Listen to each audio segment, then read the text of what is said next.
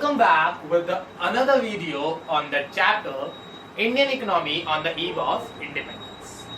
आज हम लोग बात करेंगे थोड़ा सा हमारे टॉपिक से हट के कह सकते हैं, या जो हम लोग अभी तक डिस्कस कर रहे थे चीजें, जो जितने भी हम लोगों ने निगेटिव एस्पेक्ट यहाँ पे डिस्कस किया अभी तक, अपनी जितनी भी क्लासेस हुई हैं या जो भी हम लोगों ने सेशन लिए हैं, तो सारी हम लोगों ने निगेटिव चीजें डिस्कस करी कि ब्रिटिशर्स ने ये खराब किया, ब्रिटिशर्स ने वो खराब किया, ब्रिटिशर्स ने एग्रीकल्चर खराब किया, ब्रिटिशर्स ने इंडस्ट्रीज खराब करी, ब्रिटिशर्स ने हमारे इंटरनेशनल लिंक खराब कर दिए, ब्रिटिशर ने हमारी वेल्थ ड्रेन कर दी। मतलब ओवरऑल हम लोगों ने सिर्फ क्या किया है, ब्रिटिशर्स की सिर्फ और सिर्फ बुराई ही करी है। मतलब ब्रिटिशर्स को तो कहीं से अच्छा छोड़ा ही नहीं है, ऐसी धोई है ब्रिटिशर्स की, ऐसी बेइज्जती करी है कि वो भी सोच रहे होंगे काश अच्छा हुआ हम चले गए, नहीं होते तो अभी बेइज्जती से ही मर जाता।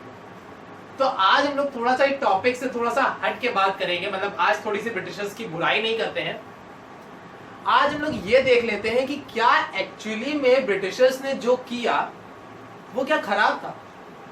यहां पे ये बात नहीं कर रहे हैं कि ब्रिटिशर्स ने इंडिया के साथ क्या किया, हम लोग ये बात कर रहे हैं कि ब्रिटिशर्स ने जो कुछ भी किया क्या उसमें हमेशा इंडिया का नुकसान ही था, या क्या हमेशा का इंडिया का नुकसान ही हुआ है, या क्या ब्रिटिशर्स ने कभी भी कुछ भी अच्छा नहीं किया। भले इंडिया के लिए किया नहीं किया उससे फर्क नहीं पड़ता, क्या ब्रिटिशर्स ने कभी कुछ अच्छा किया, क्या ब्रिटिशर्स के कोई पॉजिटिव इंपैक्ट है, क्या ब्रिटिशर्स ने कोई भी ऐसा काम किया जिससे हमें ग्रोथ हो सकती है, क्या है एक्चुअली। तो आज का जो हमारा क्वेश्चन है वो यही है कि was there any positive impact of the British rule in India, कि क्या ब्रिटिश रूल जो उन्होंने इंडिया पे किया था, मतलब हमारी इंडियन कॉलोनी पे जो ब्रिटिश रूल करती थी, क्या उस ब्रिटिश रूल का हमारी इकोनॉमी पे कोई पॉजिटिव इंपैक्ट था या कोई पॉजिटिव इंपैक्ट पड़ा, मतलब तब से लेके अब तक क्या कोई फायदा हुआ है। तो पहली चीज या पहला फायदा ब्रिटिशर्स ने हमें क्या दिया था, commercial outlook of the farmers. Britishers ने क्या किया था, जो फार्मर्स थे उनका जो आउटलुक था, आउटलुक का मतलब होता है नजरिया, ब्रिटिशर्स ने फार्मर्स का जो नजरिया था वो पूरी तरह से बदल दिया था, पूरी तरह से चेंज कर दिया था, उसको एकदम कन्वर्ट कर दिया था। कैसे, जो ब्रिटिशर्स थे उन्होंने हमारे जो फार्मर्स थे उनको फोर्स किया कि भाई अभी तक यार तुम सब्सटेंशियल फार्मिंग कर रहे हो। सब्सटेंशियल फार्मिंग का मतलब होता है ऐसी फार्मिंग जो आप सिर्फ अपनी डेली नीड्स के लिए या जो बेसिक नीड्स है उनको फुलफिल करने के लिए जितनी भी हम फार्मिंग करते हैं उनको बोलते हैं सब्सटेंशियल फार्मिंग। जैसे आपने वीट ग्रो कराया, राइस ग्रो कराई, पल्सेस ग्रो कराई, तो ये ऐसी चीजें जो हमें डे टू डे लाइफ में चाहिए या डेली हमको इनकी जरूरत होती ही होती है। तो जो हमारी बेसिक नीड की चीजें होती हैं उनको हम लोग बोलते हैं सब्सटेंशियल फार्मिंग। ब्रिटिशर्स ने क्या बोला, यार किसानों से, यार कब तक ऐसे रहोगे, यार कब तक तुम यही को ग्रो कराते रहोगे, काम करो, थोड़ा सा हटके कुछ ग्रो कराओ, ऐसा कुछ ग्रो कराओ जिससे इनकम जनरेट हो, कुछ फायदा हो। फार्मर्स को ये बात समझ में आई कि बात तो यार सही कह रहे हैं, अभी कुछ ऐसा ग्रो कराया जिससे फायदा हो सके। तो ब्रिटिशर्स ने क्या किया, हमारे इंडियन फार्मर्स को पहले कन्विंस किया कि कुछ कमर्शलाइज करते हैं, उसके बाद उन्होंने उनको फोर्स करना शुरू कर दिया, जबरदस्ती करना शुरू कर दी कि भाई कमर्शियल क्रॉप ग्रो कराओ। कमर्शियल क्रॉप का मतलब क्या हो गया, ऐसे क्रॉप्स ग्रो कराओ जो इंडस्ट्री में हेल्प करें, इंडस्ट्रियल सेक्टर में हेल्प करें। जैसे आपके डाई करने के लिए कलर्स हो गए, ब्लीच हो गया, ठीक है, टेक्सटाइल इंडस्ट्री में यूज होने वाले कलर्स हो गए। तो ऐसी चीजें ग्रो कराओ जिससे पैसा कमा पाओ ज्यादा से ज्यादा, कमर्शियल क्रॉप ग्रो कराओ।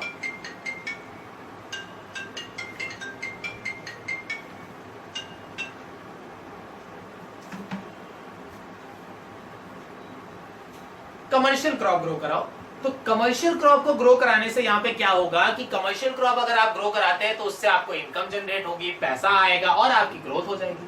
फार्मर्स को बात समझ में आई। लेकिन अभी भी कुछ फार्मर्स ऐसे थे जिन्होंने ये सोचा कि यार अगर हम ये कमर्शियल फार्मिंग करते हैं, अगर हम लोग इंडिगो, ठीक है, ब्लीच या कोई भी डाइंग कलर यहाँ ग्रो करते हैं तो मेरी जो लैंड है वो बैरन हो जाएगी, बैरन मतलब बंजर हो जाएगी, फिर उसमें खेती नहीं हो पाएगी। तो जब उसमें कोई खेती ही नहीं हो पाएगी तो फिर वो आगे के लिए तो बेकार हो गई, तो वो काम करने को नहीं रेडी थे। तो ब्रिटिशर्स ने क्या किया, अपना सेकंड स्टेप लिया कि भाई पहला वाला तो हो गया, फोर्स तो कर लिया, लेकिन लोग मान नहीं रहे, तो मानेंगे कैसे। तो ब्रिटिशर्स ने सेकंड स्टेप यहाँ पे क्या लिया कि ब्रिटिशर्स ने उनको एडवांस पेमेंट पकड़ा दी कि अच्छा ये लो, एक काम करो, ये लो एडवांस पेमेंट पकड़ो, जब तक तुम्हारे क्रॉप ग्रो करा रहे तब तक का पूरा खर्चा हम देंगे और ये रहा उसका एडवांस। अब जब फार्मर्स ने एडवांस ले लिया है तो भाई उन्हें क्रॉप ग्रो कराने ही पड़ेंगे, तो फिर उनको इंडिगो ग्रो कराना ही पड़ेगा, तो फिर उनको ब्लीच ग्रो करना ही पड़ेगा, फिर उनको डाइंग के लिए कलर चाहिए ही होंगे।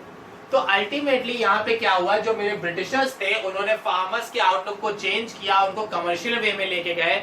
कैसे लेके गए, पहले तो उनको फोर्स किया और फोर्स करने के बाद उनको उसी चीज के लिए एडवांस अमाउंट पकड़ा दिया ताकि वो उस चीज में बाउंड हो जाए और मतलब उनको ना चाहते हुए भी प्रोडक्शन करना पड़े। तो जब ऐसी चीजें होने लगी तो उससे हमारे एग्रीकल्चर सेक्टर में जो फूड ग्रेन्स हो रहे थे उनकी प्रोडक्शन कम हो गया और हमारी जो लैंड थी वो भी बैरन होती चली गई। लेकिन लेकिन लेकिन लेकिन लेकिन ये तो नुकसान हो गया, लेकिन इससे एक फायदा ये भी हुआ कि हमारे जो फार्मर्स थे उन्होंने अपना नजरिया बदला, सिर्फ खाने से ना निकल के वो कमाने की तरफ बढ़े और उन्होंने कुछ नया या नई चीजें उन्होंने देखी कि नए क्या क्या हम लोग और ग्रो करा सकते हैं या इस लैंड के और क्या क्या यूजेस हैं। तो पहला फायदा हमें यहाँ पे क्या मिला कि ब्रिटिशर्स ने फार्मर्स का आउटलुक चेंज किया था, उनको उन्होंने सब्सटेंशियल फार्मिंग से निकाल के कमर्शियल फार्मिंग में लेके आए थे और उनको और ज्यादा इनकम के सोर्सेज अवेलेबल करा दिए। दूसरा फायदा क्या मिला, new opportunities of the employment. Britishers के आने से हमारी इकोनॉमी में एम्प्लॉयमेंट जनरेट होने लगी।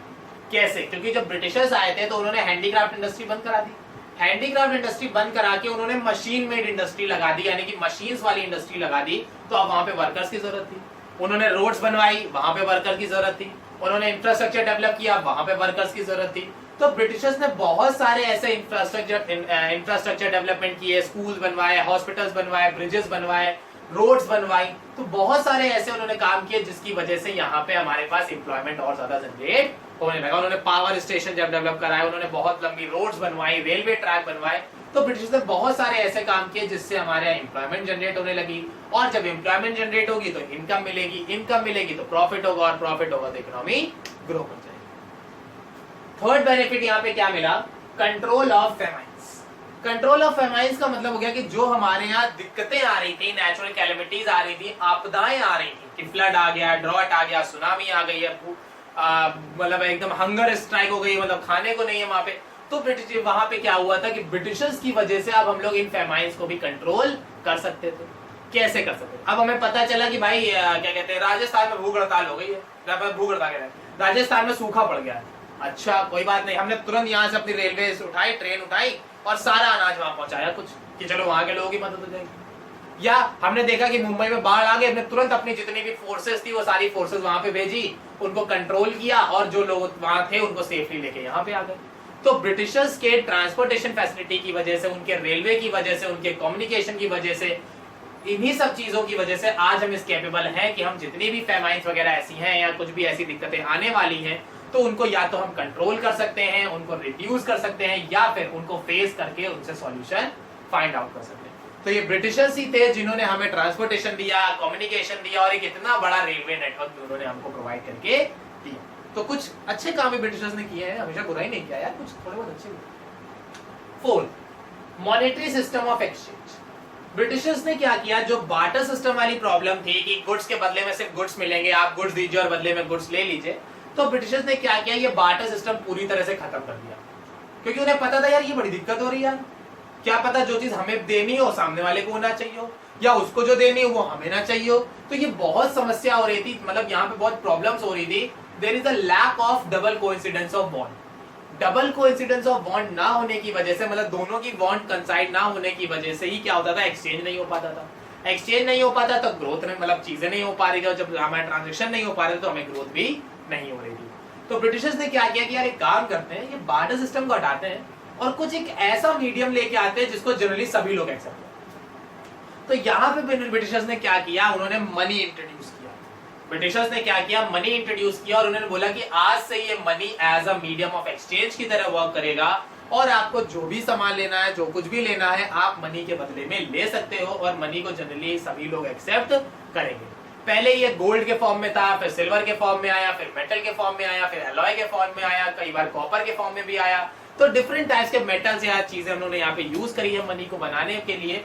बट अल्टीमेटली हमारे मनी को as a legal tender of money, मतलब हमारे उसको करेंसी को as a legal tender of money माना जाने लगा। और आज के टाइम पे ये ब्रिटिशर्स की ही देन थी कि आज के टाइम पे हमें जो कुछ खरीदना होता है हम पैसा देते हैं और वो चीज हमें मिल जाती है। तो ये ब्रिटिशर्स ने एक अच्छा काम भी किया था कि उन्होंने बार्टर सिस्टम बंद करके मॉनेटरी सिस्टम यहाँ पे इंट्रोड्यूस किया। नेक्स्ट है efficient system of administration. Efficient system of administration का मतलब यहाँ पे क्या है कि जो ब्रिटिश गवर्नमेंट थी वो बिलीव करती थी वर्क पे। भले वो कितनी भी खराब थी, लेकिन उसका सीधा सा मानना था कि जितना अच्छा काम उतनी अच्छी ग्रोथ, जितना खराब काम उतनी स्लो ग्रोथ। तो ब्रिटिशर्स ये मानते थे कि जितना अच्छा हमारा एडमिनिस्ट्रेटिव डिपार्टमेंट होगा, हमारा एडमिनिस्ट्रेटिव डिपार्टमेंट जितना एफिशिएंट होगा, उतना ही हम लोग ग्रो करेंगे, जितना हम लोग ग्रो करेंगे उतना ज्यादा इकोनॉमी डेवलप करेंगे। तो ये ब्रिटिशर्स की वजह से आज हमारे दिमाग में एक कॉन्सेप्ट बने हुए हैं कि हम लोग जितना काम करेंगे उतनी ग्रोथ हमें होगी। नहीं तो गवर्नमेंट थी, गवर्नमेंट चली आ रही थी, गवर्नमेंट में नौकरी कर लेते, कोई बिजनेस सेटअप करता ही नहीं, कोई इंडस्ट्री सेटअप करता ही नहीं। तो ब्रिटिशर्स ने यहाँ पे हमें कुछ फायदे भी दिए। ब्रिटिशर्स ने रेलवे डेवलप करी, ब्रिटिशर ने रोडवेज डेवलप करी, ब्रिटिशर ने इंफ्रास्ट्रक्चर डेवलप किया, ब्रिटिशर्स ने हमें कम्युनिकेशन फैसिलिटी दी, ब्रिटिशर्स ने हमें कमर्शियल आउटलुक दिया, ब्रिटिशर्स ने हमें बिल्डिंग्स बनवा के दी, ब्रिटिशर्स ने हमें बहुत सारी ऐसी चीजें दी जो ब्रिटिशर्स की वजह से ही आज हम लोग यहाँ पे परफॉर्म कर रहे हैं। तो ये थे मेरे यहाँ पे कुछ पॉइंट्स जिनके बारे में छोटे सी झलक हमने देखी ब्रिटिशर्स के, जो ब्रिटिशर्स ने किया है और उससे क्या क्या पॉजिटिव इंपैक्ट हमें मिले थे।